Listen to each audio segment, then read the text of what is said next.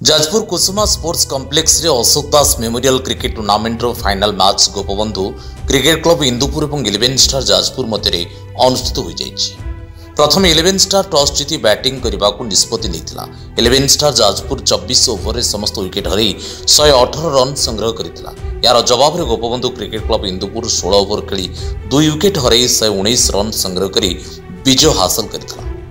उद्यापनी final match पुरस्कार वितरण उत्सव जिला क्रिकेट एसोसिएशन संपादक ज्ञानचंद दास अध्यक्षतार अनुष्ठित सभार अतिथि भाव जाजपुर विधायिका सुजाता साहू, अशोक दास फाउंडेशन अध्यक्ष भवप्रसाद दास प्रमुख जोगदे विजेता और उपविजेता दल को ट्रॉफी सह नगद अर्थराशि पुरस्कार प्रदान करथिले। पुरस्कार वितरण उत्सव में पटकृष्ण महापात्र, अभयवल्लभ पंडा, श्रीजय महापात्र, दिवाकर कर प्रमुख उपस्थित रही परिचालना करथिले।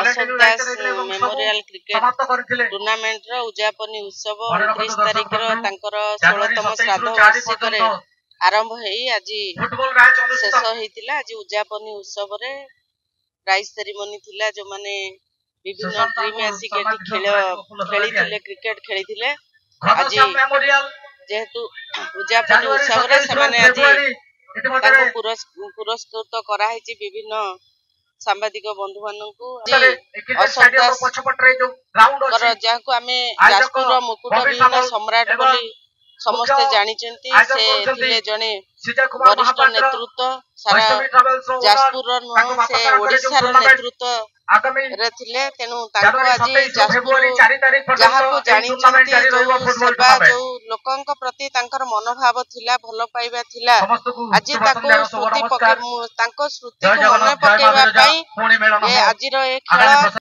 आउ तांकर प्रकृत श्रद्धांजलि होउची। एटा तांकर मने पकेबा, तांको स्वच्छता, तांको भल पाइबा जाजपुर को प्रकृत आज 16तम श्राद्ध वार्षिक 29 तारिख रे हेतिला। आज तार उद्यापनी उत्सव ए अशोक दास जो क्रिकेट टूर्नामेंट रो उद्यापनी उत्सव। तेणु आज ये समस्त उपस्थित थिले। समस्ते आज आग्रह आ उत्साहर सहित जो माने खेली थिले, आज जो माने जीतिचंती आ जो माने हारिचंती से आज तांको मन भितर किछि रखिबा भी आवश्यक नाही, काने से जे भी हेले जीति थांदा गोटे टीम। तेणु आज से माने जीतिचंती। बहुत खुशी रे एठी समस्त सहित से भल पाइबा बांटीचंती आ खुशी से अभयवल्लभ पंडा तर आम इंदुपुर क्रिकेट क्लब केन्द्रापड़ा से चंपियन हेले। एटी आम बाणपुर 11 स्टार से रनर आसंता 29 तारिख अशोक दास 7 दिवस टूर्नामेंट चली प्रत्येक 7 दिवस टूर्नामेंट आरंभ करूँ और 7 तारिख में उद्यापन करूँ।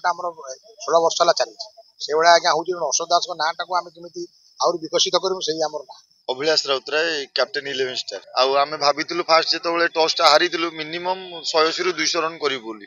अनफॉर्चुनेटली हम बैटिंग कोलैप्स हेतला जोथि पई कि आमे 119 रन टार्गेट से मानकु देइथिलु।